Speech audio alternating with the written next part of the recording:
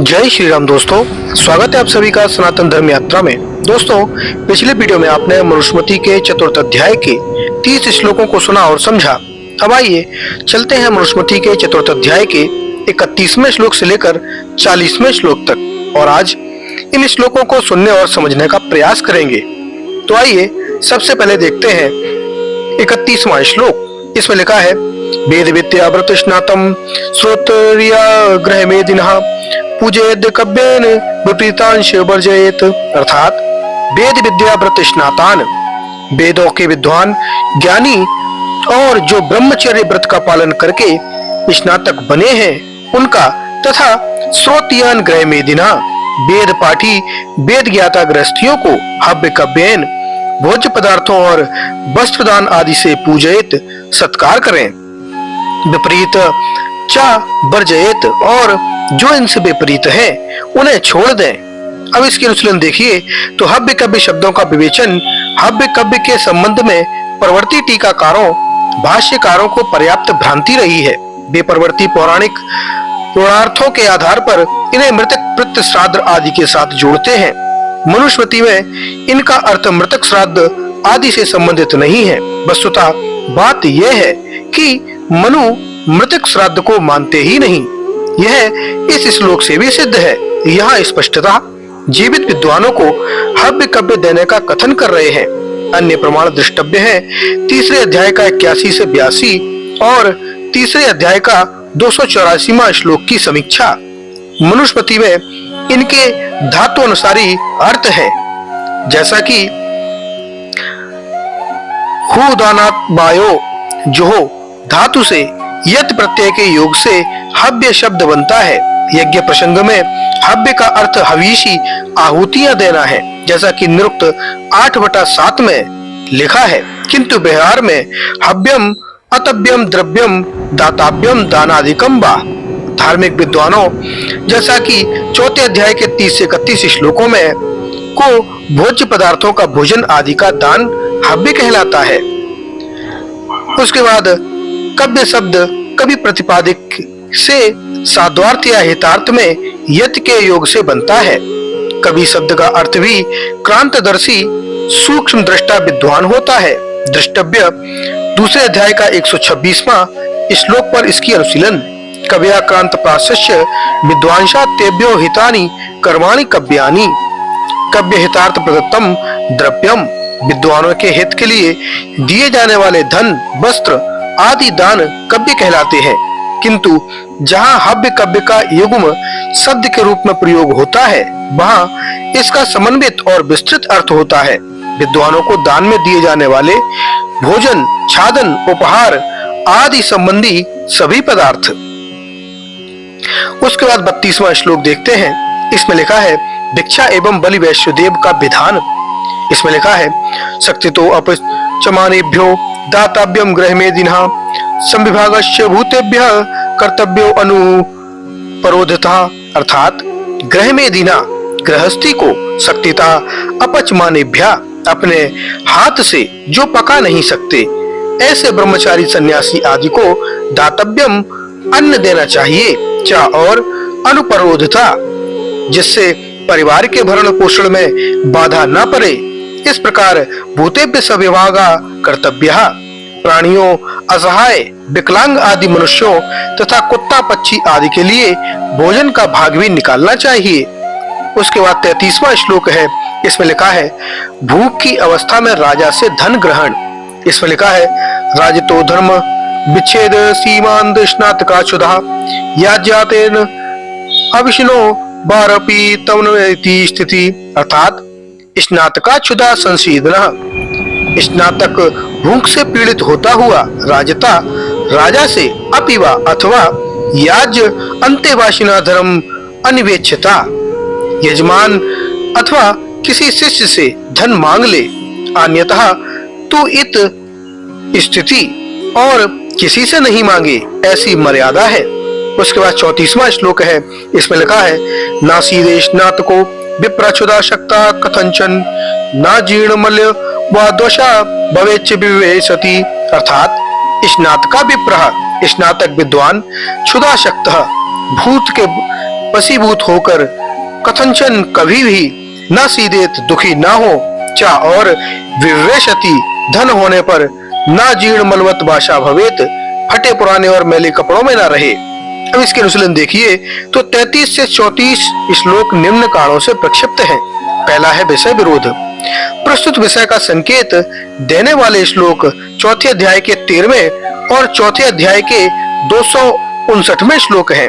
इन श्लोकों में विषय का संकेत निम्न पदों द्वारा स्पष्ट और निश्चित होता है। प्रारंभ में स्वर्ग आयुष्य शस्यानि व्रतानि इमानि धारयेत, जैसा कि चौथे अध्याय का 13वां श्लोक। समाप्ति पर स्नातक व्रत कल्पस्य सत्व वृद्धि करा शुभा, जैसा कि चौथे अध्याय का 259वां श्लोक।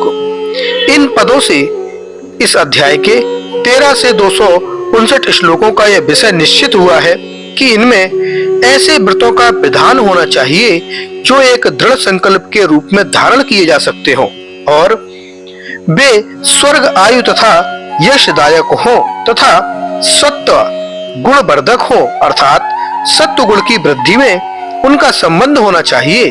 संक्षेप में प्रस्तुत विषय स्वर्ग आयु यश देने वाले सत्व गुणवर्धक व्रतों का है। अब यहाँ विचारणीय बात यह है कि सत्व गुण का क्या लक्षण माना जाए। इसके उत्तर में मनु का ही श्लोक आधार रूप में स्वीकार किया गया है, जो कि 12वें अध्याय का 30वां श्लोक है। इसमें लिखा है, वेदाभ्यासा तपो ज्ञानम शौचम इंद्रिय निग्रह धर्म क्रियात्म चिंता व सात्विकम गुण लक्षणम, अर्थात वेद अभ्यास, तप, ज्ञान, शौच, शुद्धि, इंद्रिय संयम, धर्म क्रियाओं का पालन, परमात्मा का या आत्मा का चिंतन, ये सत्व गुण के लक्षण हैं। इस श्लोक में अन्य सभी बातें तो स्पष्ट हैं। धर्म क्रिया शब्द पर कुछ और विचार करना अपेक्षित रह जाता है। धर्म क्रिया, धर्म के आचरण, धर्म के लक्षणों का वर्णन करने वाले श्लोकों से ये स्पष्ट हो जाते हैं, जैसा कि 6वें अध्याय के 92वें श्लोक में है, धृति क्षमा दमोस्तेयम शौचम इंद्रिय निग्रह धीर विद्या सत्यम क्रोधो दशकम धर्म लक्षणम। मनु ने 12वें अध्याय के 38वें श्लोक में सत्व गुण को और स्पष्ट कर दिया है। सत्वस्य लक्षणम धर्म, अर्थात धर्म सत्व गुण का लक्षण है। इस प्रकार प्रस्तुत विषय में मनु के इन श्लोकों को आधार बनाकर धर्म क्रिया शब्द के अंतर्गत मनु द्वारा प्रोक्त लक्षणों, जैसा कि 12वें अध्याय के 31वें श्लोक में, सभी धर्म लक्षणों, जैसा कि 6वें अध्याय के 92वें श्लोक में, धर्मों जैसे सदाचार, जैसा कि प्रथम अध्याय के 108वें श्लोकों में, अहिंसा, जैसा कि 6वें अध्याय के 52, 60 और चौथे अध्याय के 170 तथा 246 श्लोकों में, दान, जैसा कि चौथे अध्याय के 227 श्लोकों में आदि, तथा धार्मिक कृत्यों जैसे पंच महायज्ञ आदि का ग्रहण किया गया है। इन्हीं को सत्व गुण वर्धक माना जाएगा। इस आधार पर यह निश्चित हुआ कि 13वें से 259वें श्लोकों में ऐसे वर्णन वाले श्लोक विषय सम्मत माने जाएंगे जो व्रत हो, अर्थात एक दृढ़ संकल्प रूप में जिनको धारण किया जा सके और जो स्वर्ग आयु यशोदायक सत्व गुण वर्धक हो।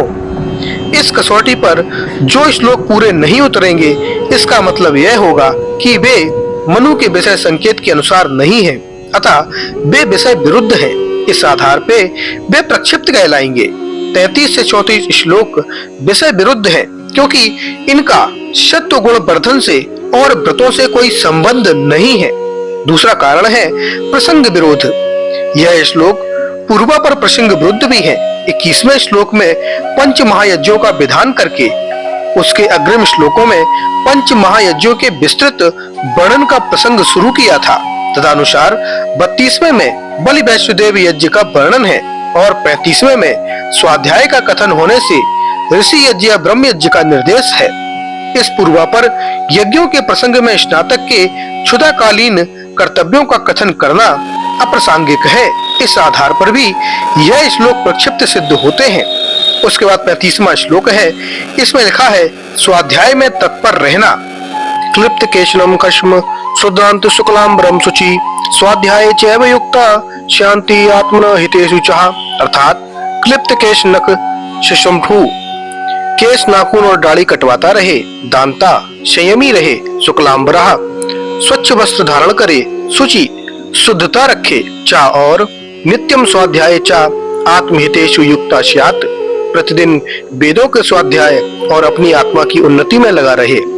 उसके बाद 36वां श्लोक है, इसमें लिखा है लाठी कमंडलू आदि का धारण। इसमें लिखा है बैंडमी धारेष्टि सोदकम चा करमंडलू यज्ञोपवीतम वेदम चा शुभे रोक में चा कुंडले, अर्थात बैंडमी यष्टि धारयेत, बांस की लाठी धारण करे, चा और सोदकम कमंडलुम जल भरा कमंडलू, यज्ञोपवीतम वेदम चा शुभे रोक में कुंडले, यज्ञोपवीत वेद तथा सुवर्ण से निर्मित सुंदर कुंडल धारण करे।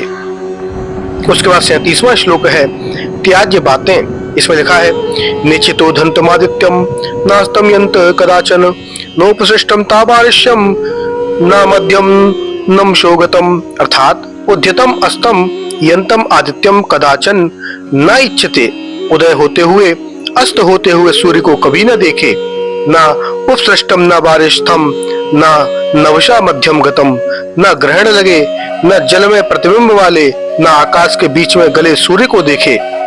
उसके बाद 38वां श्लोक है, इसमें लिखा है न लंघे स्त्री न प्रधावेच बरवती न चोदके निरीक्षेत स्वम रूपमती धारण, अर्थात वत्स तंत्री न लंघेत, बछड़े के बांधने की रस्सी को कभी न लांघे, चा और बरसती न प्रभादेत, बरसते में कभी न दौड़े, स्वयं रूपम उदके न निरीक्षेत, अपनी परछाई को पानी में न देखे, इति धारणा, ऐसी मान्यता है। उसके बाद 39वां श्लोक है, इसमें लिखा है मृदम गाम देवतम विप्रम घृतम मधु चतुष्पथम प्रदक्षिणानि कुर्वीत प्रज्ञातांश वनस्पतीन, अर्थात मृदम गाम देवतम विप्रम घृतम मधु चतुष्पथम चा प्रजातान वनस्पतीन, मिट्टी गाय देव स्थान ब्राह्मण घी शहद चौराहा और प्रसिद्ध अर्थात पूज्य वृक्षों जैसे पीपल बड़ आदि को प्रदक्षिणानि कुर्वीत दाईं ओर रख के जाए। उसके बाद इसके अनुशीलन देखते हैं तो 36 से 39 श्लोक प्रक्षिप्त हैं। पहला कारण है विषय विरोध। ये सभी श्लोक विषय बाह्य हैं, इनका सत्व गुण वर्धन से कोई संबंध नहीं है और ना ही ये व्रत हैं, अतः विषय विरोध के आधार पर ये प्रक्षिप्त हैं। विस्तृत जानकारी के लिए चौथे अध्याय की 33 से 34 श्लोकों में विषय विरोध और शीर्षक आधार की समीक्षा देख सकते हैं। दूसरा कारण है अंतर विरोध। तो दूसरे अध्याय के 20वें श्लोक में पृथक पृथक वर्णों के लिए पृथक पृथक वृक्षों की लाठियां भेद है। 36वें में बांस की लाठी का विधान उससे भिन्न होने के कारण विरुद्ध है। दूसरे अध्याय के 23वें और 76वें श्लोकों में सूर्य दर्शन का विधान और कथन है। 37वें में सूर्य दर्शन का निषेध उससे विरुद्ध है। तीसरा कारण है शैलीगत आधार। 37 से 39 श्लोकों की शैली ऋण और अयुक्ति युक्त है। इनमें वर्णित बातों का न तो कोई कारण है और न इनमें कोई बुद्धि संगत कारण हो सकता है। 39वें में वर्णित बातें तो व्यवहारिक रूप से संभव ही नहीं है। उसके बाद 40वां श्लोक है, इसमें लिखा है रजस्वला गमन निषेध एवं उससे हानि। इसमें लिखा है नोपगच्छेत प्रमोत्तोपि स्त्रियामार्त व दर्शने शमनायशेन चैव सहित तया सह, अर्थात प्रमत्त अपि कामातुर होता हुआ भी आर्त व दर्शने मासिक धर्म के दिनों में स्त्रियम न उपगच्छेत, स्त्री से संभोग न करे, चा और तथा स समान नैशेन न सहित, उसके साथ एक बिस्तर पर न सोए। तो दोस्तों ये जानकारी आपको कैसी लगी कृपया कमेंट बॉक्स में अवश्य बताइए। बने रहिए सनातन धर्म यात्रा के साथ और लेते रहिए रोचक एवं धार्मिक जानकारियां प्रमाणों के साथ। धन्यवाद। जय श्री राम।